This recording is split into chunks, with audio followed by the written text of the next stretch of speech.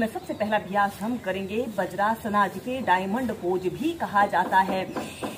आपने अपने राइट पैर को ऐसे घुटने से ऐसे मोड़ लेते हैं और दूसरे पैर को भी ऐसे घुटने से ऐसे मोड़ लेना है और ऐसे आपके पैर के अंगूठे एक दूसरे को स्पर्श कर रहे हैं और आपने अपने दोनों हील के बीच में ऐसे कमर गर्दन बिल्कुल सीधी करते हुए ऐसे बैठ जाते हैं और अपने दोनों हाथों को ऐसे अपने घुटनों के ऊपर रख लेते हैं और एक आरामदायक अवधि के लिए इस अभ्यास को आप कम से कम 10 से 15 मिनट अपनी दिनचर्या में जरूर शामिल करें।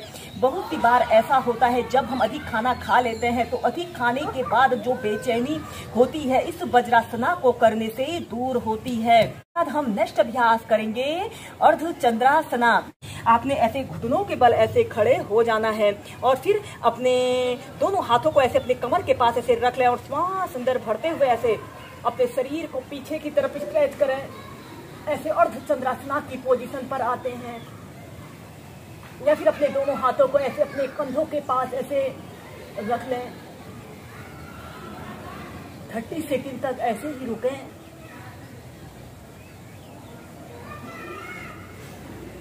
फिर सीधे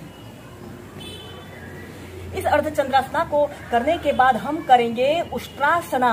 ऐसे ही वज्रासना की पोजीशन पर ऐसे बैठ जाते हैं और फिर घुटनों के बल ऐसे खड़े हो जाना है और अपने दोनों घुटनों के बीच में थोड़ा सा स्पेस रख सकते हैं जिससे कि इस अभ्यास को करने में आसानी रहे। और फिर अपने हाथों से ऐसे अपने तख्त को पकड़ लेते हैं और ऐसे अपने सिर को पीछे की तरफ लटका लें और कम से कम 30 सेकंड से लेकर 2 मिनट तक ऐसे ही उष्ट्रासना की पोजीशन पर रहते हैं।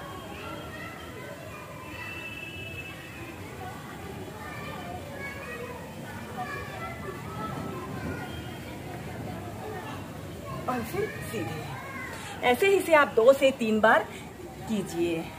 हम नेक्स्ट अभ्यास करेंगे वीरासना और फिर इसके बाद आपने अपने राइट पैर को ऐसे घुटने से ऐसे मोड़ लेते हैं। ऐसे अपने पैर को ऐसे लेफ्ट घुटने के पास ऐसे रख लें और अपने हाथ को ऐसे अपने घुटने के पास रखते हुए ऐसे अपनी ठोड़ी को ऐसे अपनी हथेली के पास रख लें और एक हाथ को ऐसे अपने घुटने के पास रखते हुए ऐसे अपनी आंखों को बंद करते हुए अपने तन मन को शिथिल छोड़ दें और अपना ध्यान अपने श्वासों के आवागमन पर रखते हुए इस अभ्यास को कीजिए।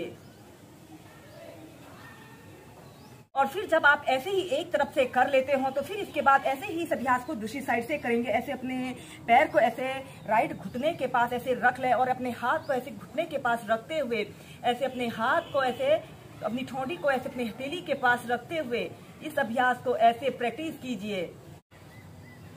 ऐसे ही कम से कम 5 मिनट तक आप इस अभ्यास को एक आरामदायक स्थिति में प्रैक्टिस कर सकते हैं। और फिर नीचे नेक्स्ट अभ्यास करेंगे वीरासना सेकंड को प्रैक्टिस करेंगे।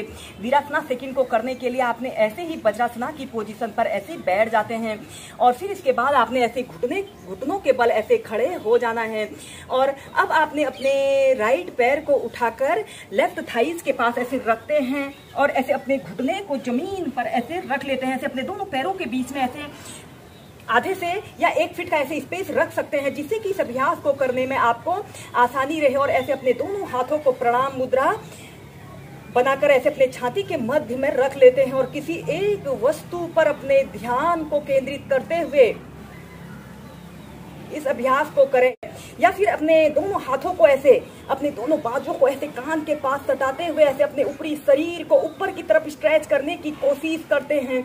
यह शारीरिक संतुलन को बढ़ाने वाला एक बेस्ट अभ्यास होता है। या फिर ऐसे प्रणाम मुद्रा बनाकर अपने ऊपरी शरीर को ऊपर की तरफ जितना खींच सकते हैं और एक आरामदायक अवधि के लिए जितनी देर आप इसे होल्ड करके रख सकते हैं होल्ड करके रखें।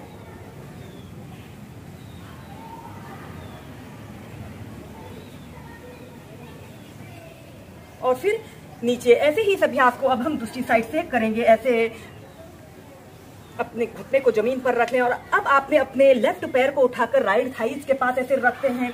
ऐसे ऐसे अपने घुटने को जमीन पर ऐसे रख लें और ऐसे अपने दोनों हाथों को प्रणाम मुद्रा बना लेते हैं।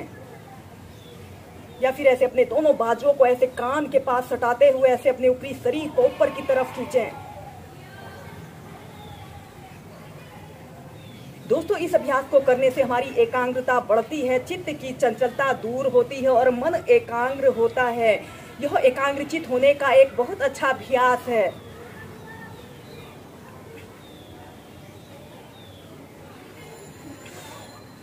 फिर नीचे